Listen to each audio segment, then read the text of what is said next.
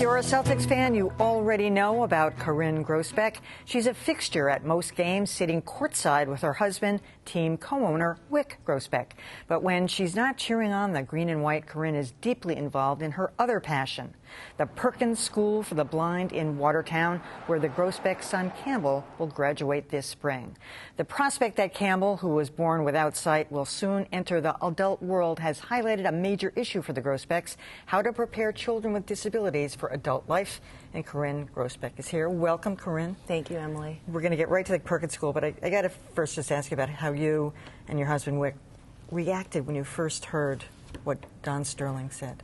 We pretty much reacted the way all the rest of society reacted, which I thought was amazing. The conversation around the comments was just universally full of condemnation, and I thought that was great. There's no place in this world for that kind of narrow-mindedness anymore. And I'm hoping that at some point somebody will start a conversation like that for people who are blind. It'd be nice to get society to kind of have that same reaction of really standing up for them. Yeah. Well, we'll move into that because I was actually, I'm gonna put up a statistic, and I know this is a big concern of yours because I had no idea, but the unemployment rate for adults with significant visual impairment or total blindness is 70%, and those who are employed, the majority of them are employed by charities, foundations that work strictly with the blind. So it's not like they have other opportunities. Why is that? You know, this has really just recently become put on my radar screen, and the number is actually worse. It's now up to 74 or 75%, and it really hasn't changed through the decades. There are a number of causes for that. One is only 12% of people who are blind are Braille literate, so we're looking at a really high illiteracy rate. And a lot of that is because technology is replacing literacy for people who can't read and write Braille. They can hear the computer, so the auditory technology is kind of taken over.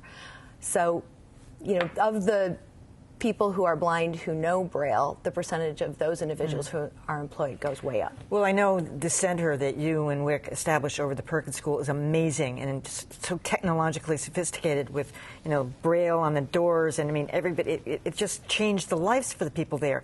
But you even look at a place like this institution, which is fairly new. This is a new building, and there's some good things about it that are, you know, for people with various disabilities. But there are no blind people here because people, oh, well, it's television or it's radio, and it's, you know, and I saw that list of excuses for why people say they can't hire people. Right. Well, we actually have a radio station in the center for that very reason, and our kids have practiced putting on radio shows and interviewing guests, and you know, part of the problem is just the lack of exposure to these types of vocations. That's one of the things we try to address with the center, is really make it around technology.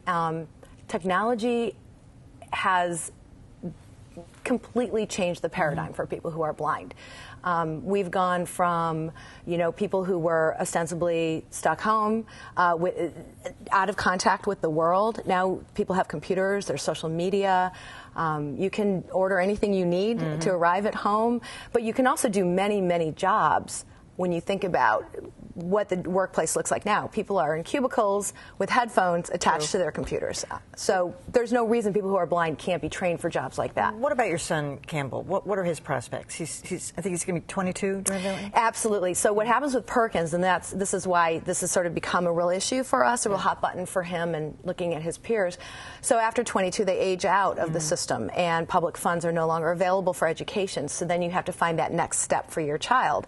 And there's a real gulf there. A lot of our kids graduate and they end up one way or another at home living on disability. And this is not acceptable. I mean, we do everything we can to prepare our kids, to give them the skill set they need to the best of their abilities to go off and lead a full, engaged life. The way I see it, though, is society's just not ready for them. Society doesn't give people who are blind a chance. And I think that that's the crux of why the unemployment rate is so high, but also we're trying to get people to kind of hold a mirror up to themselves the way you just said. You look around, we don't have people who are visually impaired or disabled. And radio is the perfect career for someone who you know, is blind or visually impaired. So there's a lot of work to be done to bridge that gulf. And Perkins traditionally, that hasn't been our mission. Our mission is up to 22, and then some other agency was supposed to come in and sort of take over, and that just doesn't happen in reality. Is Campbell going to be able to leave home, get a job on his own? Fingers crossed. Campbell's going to be going to a transitional program, so he's going to have a couple of years where he's going to get some more skills. You know, kids really aren't ready to leave and start jobs. They have to have that kind of interim period where they're doing internships, and we're trying to make things like that available. We're launching a pilot program with Winston's Flowers.